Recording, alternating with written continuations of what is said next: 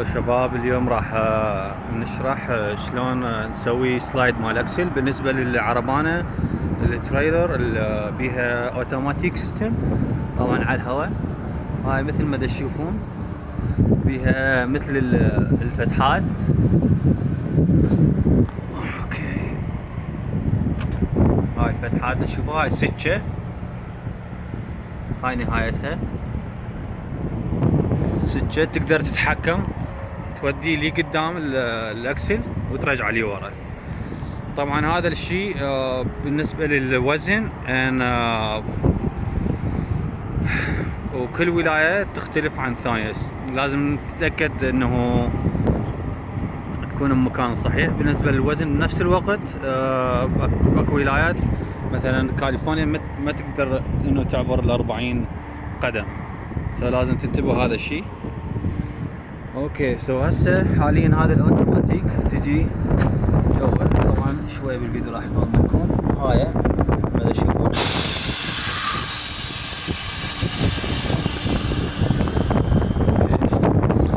اذا تشوفون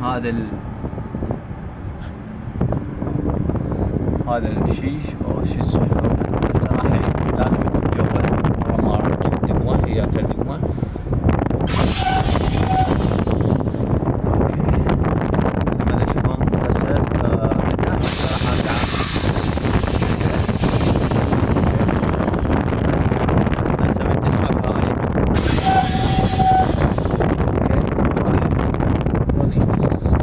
بالنسبة للأوتوماتيك يختلف عن العادي. طبعا العادي أسهل.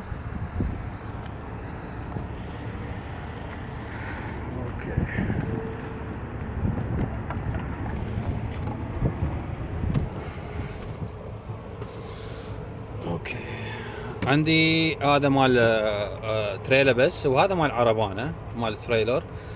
ايش راح اسوي هسه؟ من راح اشغل الترك احتمال انه ما راح تسمع ايش راح اقول. هذا راح افتحه، يبقى هذا مقفول مثل ما هو. بهالحاله راح ترجع الاكسلات لي قدام او لي ورا، شوف شلون تريدها. اذا هذا يبقى مفتوح ما راح يصير عندك، لانه هذا العربانه السيستم مال هيجي. بنفس الوقت راح نستخدم هذا البريك مال عربانه. اوكي، هسه مرات يعني تسمع صوت، خلينا نقول بس نخليها على البك. اوكي، ترجع بنفس الوقت استخدم هذا.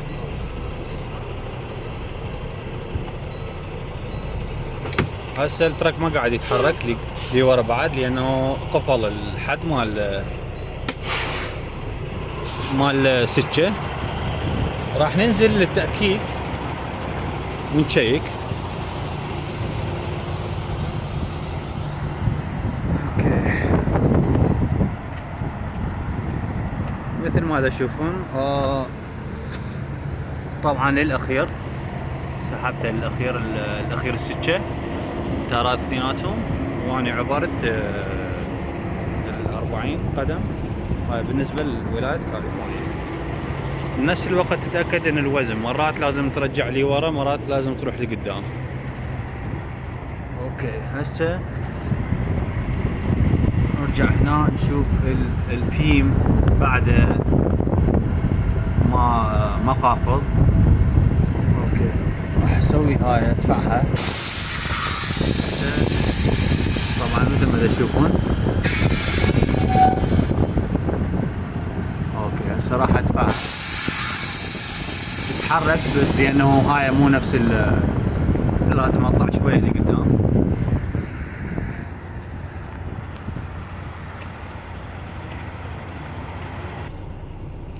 اوكي،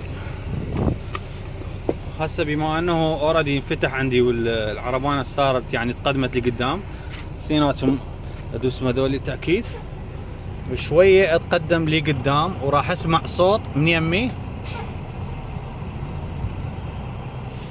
تقدر تستخدم هاي.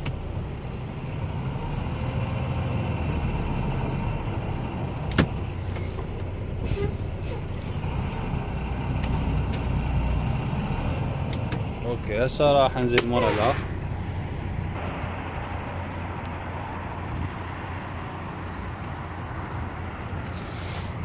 اوكي مثل ما تشوفون طفل هذا طلع وبهالحالة صارت انه اكيد في ما مفتوح، لان مرات انت السوق بالهاي واي وما تشوف الاكس مالتك الاخير ويجي فالصوت كلش قوي عبالك تاير طق له فشي، سو لازم دائما تتاكد من هذا الشيء. اوكي ان شاء الله تكون استفادت من هذا الفيديو.